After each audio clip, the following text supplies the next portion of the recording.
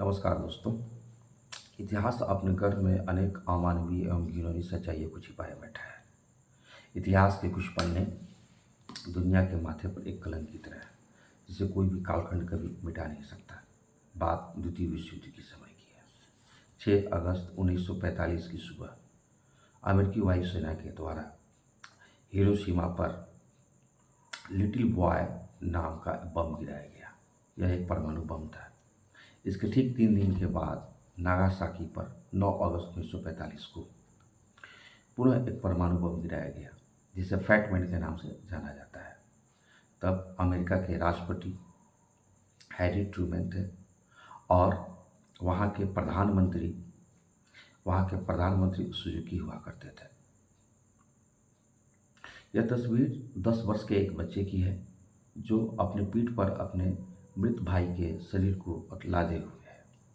वो इंतज़ार कर रहा है कि कब उसकी बारी आए और वो अपने मृत भाई का अंतिम संस्कार कर सके। इस तस्वीर को खींचने वाले जो फोटोग्राफर्स थे वह अमेरिकन थे। वे अमेरिका के सूचना एजेंसी में कार्यरत थे। उन्हें इन तस्वीरों को खींचने या वहाँ की यात्रा करने की इजाज़त नहीं थी। इसके बावजूद भी उन्होंने तस्वीरें खींची और उसे गोपनीय बना करके रखा और लगभग 50 वर्षों तक वे अपने संदूक में इसे बंद करके रखे। 50 वर्षों के बाद उन्होंने इन तस्वीरों को पुनः उस पेटी से निकाला और दुनिया के सामने सार्वजनिक किया। उन्होंने इस तस्वीर की याद ताज़ा करते हुए कई जगह व्याख्यान दिए। उन्होंने बमबारी से हुए नुकसान के संबंध में यत्र तत्र अनेक व्याख्यान भी दिए। उन्होंने इस तस्वीर को देख करके बताया था कि बच्चे के पीठ पर उसका भाई का मृत शरीर लदा हुआ है और इस तरह लदा हुआ है, ऐसा प्रतीत होता है मानो कोई बच्चा जो है सो रहा हो। वो अपनी बारी का इंतज़ार कर रहा है। बच्चे के पैर में चप्पल नहीं है और बच्चे के चेहरे पर कोई भाव नहीं है। उसके चेहरे पर सख्त भाव है, अन्य कोई भाव नहीं है। बच्चा अपने दांतों से अपने होठों को भींचे हुए है।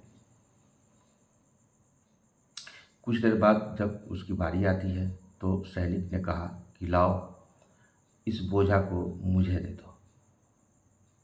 उसने जवाब दिया कि यह मेरा भाई है, कोई बोझा नहीं है और भाई कभी बोझ नहीं हो सकता है। बच्चे के होठ उसके दांतों से जो है कस करके जकड़े हुए थे। वह रोना नहीं चाहता था। इस वजह से उसने अपने दांतों को अपने होठों में दबा रखा था। उसके होठों से खून रिस रहे थे। उसने अपने भाई को सैनिक को दे दिया। सैनिक ने उसके भाई के मृत शरीर को आग के हवाले कर दिया। कुछ देर तक वो यूं खड़ा रहा, शांत। संध्या हो चली थी। आसमान में धीरे धीरे अंधकार बढ़ता जा रहा था। पुनः वो लड़का मुड़ा और वापस लौट गया। फोटोग्राफर्स को यह तस्वीरें और यह चित्र, यह सीन उसके मानस पटल पर इस कदर हावी रही कि वह 50 वर्षों के बाद भी वो जीता जागता चलचित्र जो है उसके दिमाग में चलता रहा।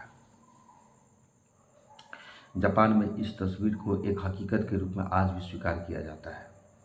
दोस्तों, कहते हैं कि युद्ध का निर्णय कुछ भी हो, जिस किसी के भी पक्ष में हो, किंतु इसका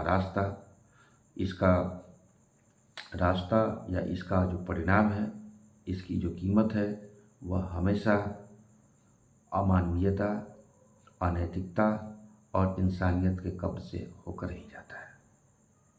आशा करते हैं कि आज का प्रसंग आपको अच्छा लगा होगा, आपके लिए मर्मस्पर्शी होगा और रोमांचक होगा। Thank you. Good night.